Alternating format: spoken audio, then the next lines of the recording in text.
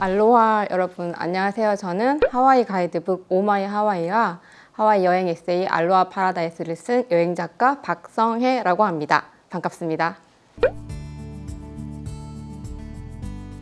말라마 하와이라고 해서 할 수 있는 것들이 조금 있는데요.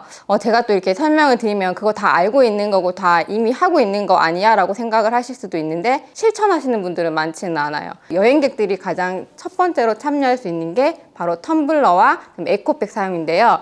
가셔서 사셔도 돼요. 기념으로 이렇게 하와이 적혀있는 텀블러들 많이 사시잖아요. 아끼고 안 쓰는 걸 2개 가지고 왔는데요. 호텔에 가면 이제 얼음 제공하니까 얼음 넣고 물을 담아서 다니신다거나 아니면 커피집에 가시면 사진 찍는다고 이렇게 종이컵이나 이렇게 로고 적힌 그런 사진을 찍지 마시고 텀블러를 이용해서 커피를 받고 그 다음에 사진을 찍는 방법도 있는 거니까 꼭 텀블러 사용을 하셨으면 좋겠고요. 또 하나 추천드리고 싶은 게 얇고 가벼운 에코백이에요. 이런 에코백을 가져가시던지 또 현지에서도 쉽게 구매하실 수 있으니까 이런 에코백들을 가방에 넣고 다니면서 장을 본다든지 아니면 가볍게 뭐 맥주 같은 거 사실 때 이런 에코백을 이용하시면 종이와 비닐 같은 사용량을 좀 줄일 수 있어서 환경 보호를 하는데 일조를 할 수 있지 않나라고 생각을 합니다. 또 이 외에도 다양하게 즐길 수 있는 것들이 있는데요. 호텔 투숙하시면 여러분들이 반드시 리조트피를 내게 되는데 리조트피에는 다양한 혜택들이 제공됩니다. 뭐 쉽게 와이파이 사용에서부터 고프로를 대여야 한다든지 다양한 내역들이 있는데요. 그 중에 레이 만들기나 훌라 수업 같은 것들이 있어요. 이런 것들을 꼭 한번 참여하셔서 들어보시면 좋을 것 같아요. 왜냐하면 이게 단순히 뭐 레이를 만들고 훌라를 만드는 수업이 아니라 그 레이를 만들고 훌라를 배우면서 하와이 원주민들의 생활이나 정신을 배울 수 있는 시간이 되기 때문에 짧게는 50분에서 뭐 1시간 정도니까 오전에 혹은 오후에 꼭 한번 그런 프로그램들을 참여해 보셨으면 좋겠습니다.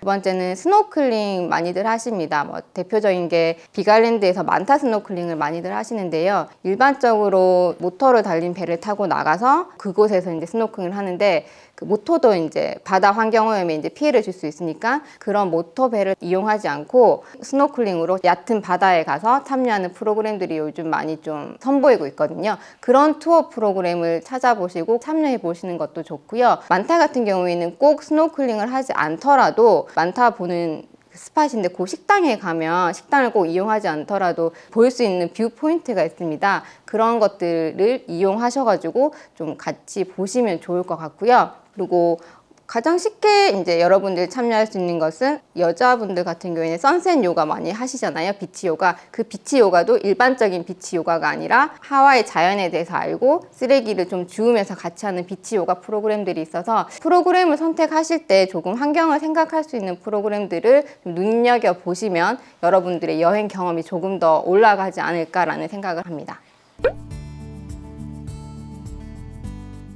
정책에서는 크게 변한 게 없고요. 코로나 그 확인증을 일단은 하와이에서는 검사하는 곳이 없어요. 입국하실 때도 기내에서 작성해야 되는 서류들이 모두 없어진 상태입니다. 두 번째는 일단 물가가 너무 많이 올랐어요. 물가가 너무 많이 올라서 예를 들면 예전에 입장료가 뭐 7불 하던 관광 스팟이 입장료 25불로 오른 곳이 있고 3불 받던 주차료가 7불로 오른다든지 물가 인상률이 많고요. 그 인상률 중에는 여러분들이 투숙하실 때 내게 되는 하와이 숙박료도 조금 인상이 돼서 이미 여러 번 다녀오신 분들이라면 왜 이렇게 올랐지라고 생각하실 수 있는데 물가랑 세금들이 굉장히 많이 증가를 했고요. 또 법들이 일부 변경된 것들이 있는데요. 예전에는 하와이에 한인분들이 하시는 민박이랑 게스트하우스들이 굉장히 많아서 조금 저렴하게 즐길 수 있었는데 에어비앤비 법이 더 강화되면서 지금은 한인 민박과 게스트하우스는 찾기 조금 힘든 상태고요. 에어비앤비라고 해서 설정된 지역이 있어서 그 지역 안에서 가급적 찾으셔야 됩니다. 그리고 자녀 동반하신 분들 꽤 많으시고 또 최근에 가시는 분들 중에도 아이들 데리고 가시는 분들이 많으세요. 아이들 데리고 렌터카 이용할 때는 반드시 카시트를 이용해야 하는데요. 기존에는 아이의 나이, 몸무게, 키를 고려해야 했다면 2022년에 법이 바뀌고 나서는 나이와 키로 판단을 하셔야 하고요. 예전에는 7세 미만 어린아이들은 무조건 카시트를 하게 되어 있는데 지금은 10세 미만으로 나이가 조금 더 확대된 편입니다. 그 부분들 참고하시면 좋을 것 같고요. 그리고 코로나 이전에는 예약 없이 방문해야 하는 곳들이 좀 많았습니다. 꼭 예약이 필요한 곳들이 오아후에 있는 하나오마 베이와 마우이에 있는 할레아 칼레 정도였는데요. 코로나 이후로는 예약하는 곳들이 늘어나서 오아후의 대표적인 트레킹 관광 코스인 다이아몬드 헤드와 마우이의 이아오 밸리 같은 경우에 예약제로 바뀌었으니까 또 가실 분들은 꼭 참고하시고 예약하셔서 방문하시면 좋을 것 같습니다. 코로나 때 하와이는 관광업으로 많이 발달된 도시이다 보니까 코로나 때 렌터카 회사들이 굉장히 어렵기도 했고 파산을 한 곳들도 있는데요. 그러는 사이에 차량 공유 플랫폼인 후이와 튜로라는 앱이 굉장히 활발해졌습니다. 그래서 기존에 꼭 렌터카 업체가 아니더라도 꼭 필요하시면 튜로랑 후이를 통해서 이제 렌터카를 한번 알아보시는 것도 좋고요. 후이 같은 경우에는 한국의 쏙카처럼 시간제로 이제 빌려 쓸 수 있는 렌트카 시스템이어서 그런 것들도 조금 참고해서 여행을 준비하시면 좋을 것 같습니다. 요즘에 아이들 데리고 뭐 한 달 살기 하러 가시는 분들도 종종 계시고 아이 동반한 여행을 많이 하시는데요.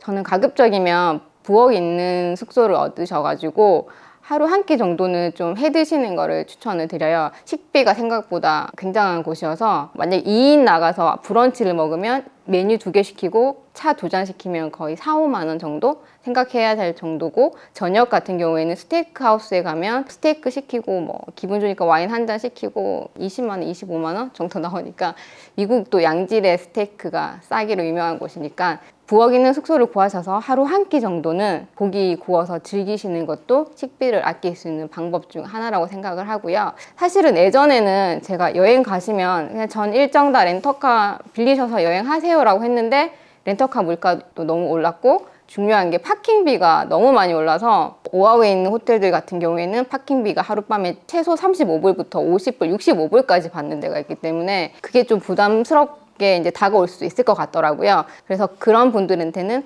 먼저 여행 일정을 먼저 세팅을 한 다음에 내가 꼭 차가 필요한 날이 언제 며칠이 되겠구나 나오겠죠. 왜냐면 일부 투어 프로그램 중에는 픽업 서비스를 제공하는 업체들이 있습니다. 그래서 꼭 그런 투어를 이용할 때는 차가 필요 없으니까 일정들을 어느 정도 조금 아웃라인을 짜 보시고 렌트를 꼭 필요한 기간에만 하시는 게 또 비용을 절약할 수 있는 방법이기도 하고요. 또 한 가지가 더 6박 7박 일정으로 가시는 분들 중에 여행 간다고 하면 주변에서 하와이 가는데 이웃섬도 가봐야 되지 않겠어? 라고 그런 얘기 많이 들으실 거예요. 저한테도 질문 많이 하시는데 6박 7박 정도의 일정이면 물론 다른 이웃섬 가보고 싶은 그 마음을 모르는 건 아니지만 그 마음을 조금 내려놓으시고 한 섬에 집중하는 걸 좀 추천하는 편입니다. 실은 도착해서 이웃섬에 가고 이웃섬 여행을 즐기다가 다시 오아후로 오게 되면 그 이동하는 하루는 아무것도 할 수 없는 날이 돼버리기 때문에 7박, 6박 이렇게 가는데 이웃섬 간다. 그러면 중간에 하루 이동하는 날이 빠지게 되면 일정이 또 줄어듭니다. 그래서 6박, 7박 가시는 분들은 안타까운 마음이 들겠지만 한 섬에 올인하는 걸 추천드리고요. 근데 너무 아쉬운데 해서 이웃섬 1일 투어를 또 생각하시는 분들이 분명히 계실 거예요. 1일 투어를 계획한다면 투어하는 날 전날 저녁 그리고 투어 다녀온 그 다음날 오전에는 일정을 조금 여유 있게 분배를 하시라고 추천드리고 싶어요. 생각보다 이렇게 1일 투어 가는 걸 그냥 쉽게 생각을 하시는데 이웃섬들마다 또 한인 여행사들이 다 있어서 쉬운 건 맞는데 체력적으로 힘들 수 있고, 또 특히나 이제 부모님 모시고 가는 분들은 부모님 컨디션까지 생각을 해야 하니까 또 그런 시간 관리랑 컨디션 관리를 조금 하시는 거를 추천해 드리고 싶습니다. 장단점이 확실히 있는 곳인 것 같은데요. 장점은 천당 아래 999당? 자연환경이 천혜의 자연환경이고 어디에서 쉽게 접할 수 없는 자연환경이라고 생각하고요. 동남아 여름에 가시면 습하다고 하시잖아요. 하와이는 여름에 가셔서 습한 거 거의 없고요. 그럼 너무 뜨겁지 않아요? 라고 하시는데 햇볕은 뜨거워도 바람이 계속 불기 때문에 그 뜨거운 열을 좀 식혀주는 역할들을 하고 있습니다. 그래서 천혜의 자연환경이 하와이를 가는 가장 큰 이유가 아닐까 싶습니다.